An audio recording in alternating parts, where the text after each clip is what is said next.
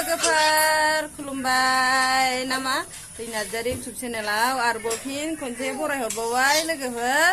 दिनै जोंहा मामिनि बार्थडे फिसा खालामदों आरो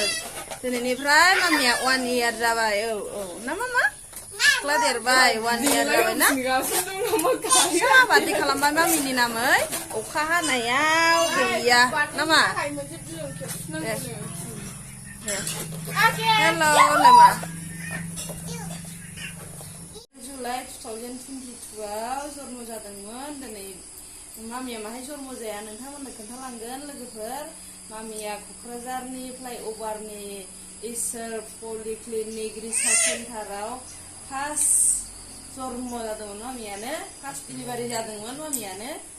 बेखौनो नोंथांमोननो दिनै मामिनि बार्थडेनि फिसा केक हादों बेखौनो नोंथांमोननो देखायलांगोन लोगोफोर बिदिबा भिडिअखौ नायलांबाय थादो लोगोफोर नामा होदो हेलो हाय बाय बाय नै फिसाजोनि बार्थडेनि एसे फुजा होनोसै प्रसाद एसे होनोसै लगायखाजोब्बाय नै लगायनायखौ देखायलायासै जोङो दासो साजायनो नागिरदों बिलुना मम्मी नै बार्थडे गालाबो आयौ बार्थडे गालाबो नामा हेपि बार्थडे नै साजायग्राफ्रा लांथियालायबावसै नै हेपि बार्थडे साजायग्राया मामिनि बार्थडेनि साजायगासिनो गोरलैलै एसे बार्थडेयानो नामा एबा साजायग्रायाबो नै लांथियालायसो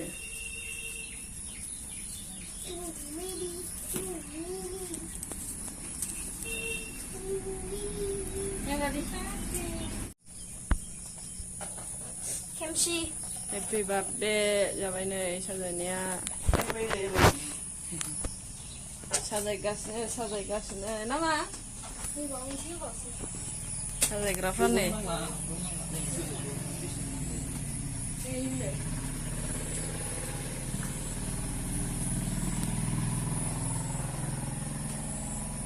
नै रेडि जाबाय मामिना बार्थडेया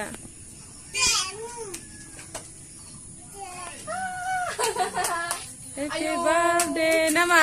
औ मामि मा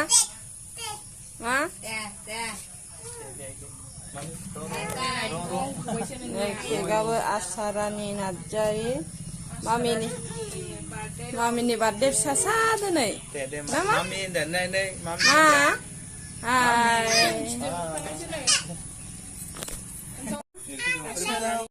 मामिनि बार्थडे फिसा दिनै नै लोगोफ्रा मामिनि लोगोफ्रा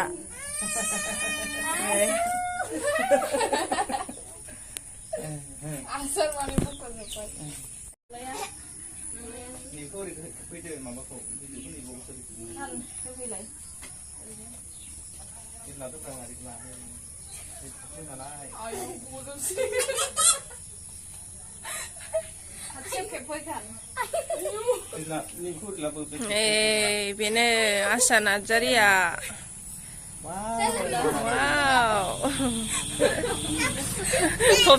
थबसिखौ हमा नै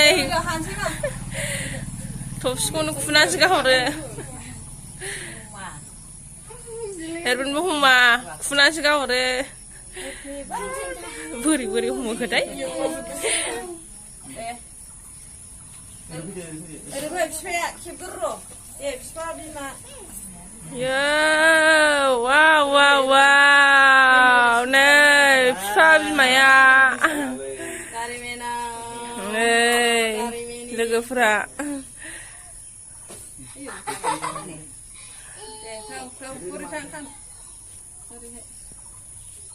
बै मोनसे मबाइलालाय बथासै ना बै आंनि फरायखां ओरै एसे गोजा बियो ओरैहाय खेबग्राया ओरै खनानिफ्राय खेबग्राया जुलाइ हरदो नोङो खेबनो समाय गैला ओरै फैदो बिमाया ओरै फै सलायालाय दे सलाया सोलांखो दे फैबाय होनलाय मुरि बुन्दिया बुजिया मिस्थि थरसे थरसेल' नै अखा हानायाव मिस्थि लायबाव नै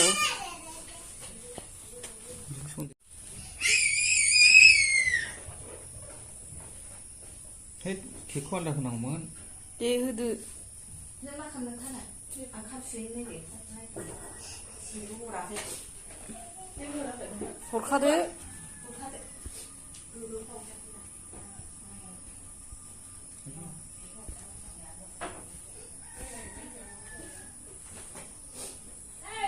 थादो जाग्रोथारथोंसै